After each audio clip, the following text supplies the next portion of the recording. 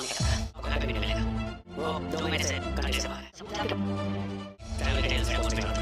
कोई झूठ नहीं बोल सकता। इतनी झूठ क्यों बोल रहा है? मैंने बोला पापा मुझे ये रिश्ता क्या कहलाता है कि आने वाले एपिसोड होने वाले हैं और भी ज़्यादा सनसनीखेज। आने वाले एपिसोड में आप लोग देखने वाले हैं कि पुलिस पहुंच जाती है ऑफिस और कहती है कि यहाँ क्रिश के नाम का कोई लड़का है क्रिश, और उतनी देर में आ जाते हैं फूफा संजय साहब। वो कहते हैं कि नहीं, वो इधर क्या आपको कहीं भी नहीं मिलेगा। पुलिस कहती है क्यों? कहता है कि वो तो 2 महीनों से आउट ऑफ कंट्री गया हुआ है। पुलिस कहती है सबूत क्या है? तो फूफा साहब कहते हैं आप फ़िलहाल जाइए, तो मैं आपको सबूत भेज दूंगा बाद में। तो पुलिस चली जाती है, लेकिन अभिरा उससे कहती है संजय साहब से आपने झूठ क्यों बोला पुलिस से? वो कहते हैं आप अपना काम से काम रखो अभिरा। तो क्रिश के पीछे जाती है अभिरा, तो देखती है संजय साहब उससे गले लग रख के उसको दिलासा दे रहे होते हैं।